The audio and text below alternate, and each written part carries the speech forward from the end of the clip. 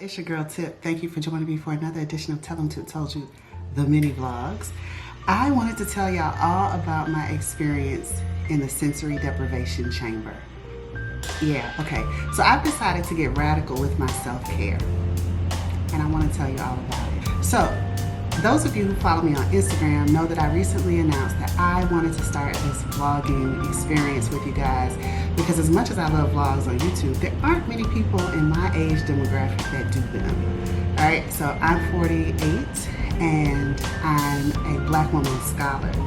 And with the recent deaths of Toni Morrison and Bell Hooks and other giants, Greg Tate even, that we've lost who are academics and scholars, we carry so much weight that I know now what Audre Lorde was saying when she said self-care is an act of political warfare. And so I want to openly be radical with my resistance to all those forces that would seek to have me deviate from my joy and my livelihood. And so I wanted to get more radical with my self-care. So in 2022, I am devoting each month to a different kind of self-care that I haven't experienced yet. So the first thing I wanted to set out to do was to try sensory deprivation.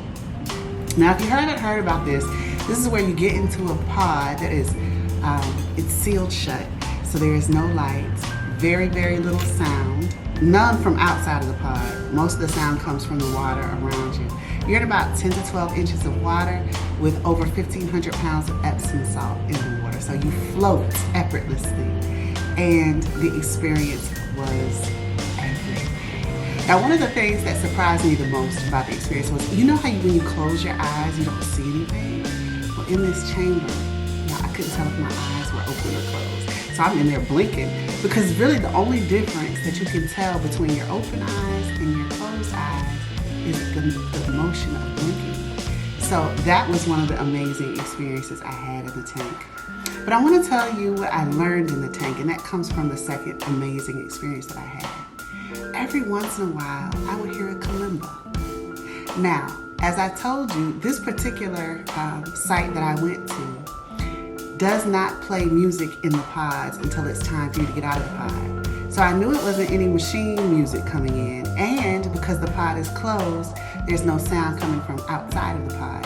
So I'm laying there and I'm like, okay, where is this kalimba coming from? And the more I sought to hear it, the less I heard it. So that was the bug out. I couldn't figure out where the music was coming from, and whenever I tried to chase the sound, it ran from me. So then after a while, I settled down and I realized, oh, that's me. Let me tell you another experience. You know, it's not uncommon, wholly uncommon, for people to report hallucinations within these sensory deprivation channels, because your brain doesn't have the stimulus that it's used to feed on during the day, and so it can create its own entertainment. So again, you know how you close your eyes and you see shapes travel in front of your eyes? Y'all, I began to see faces. But much like the kalimba music, the more I chased the face, tried to key in on the details and figure out who these people were, the more the faces just dissipated into random shapes again. And it hit me. Here's the lesson I learned in the float spa. I learned that too many of us are searching and seeking for fulfillment outside of ourselves. And the reality is, only if you're able to turn inward and stop forcing your divinity and just understand it, the clearer it becomes. So y'all, that was December's radical self-care moment. I did the float spa thing, and I recommend it to you guys. It wasn't expensive. The place that I went to even has happy hour on Tuesday, Wednesday, and Thursdays. For $39, I did 60 minutes. So you get to the place, you shower down, you wash all the oils and creams and things from your body, from your hair. You can choose to have a swim cap if you want to. If you don't, you don't. They give you earplugs to put in, and you are nude. Now, my sister was worried about it being sanitized. Lord, sanity. She probably worried about that too. But is it clean? Nothing can survive in that much salt. It's like the Dead Sea, nothing lives in it.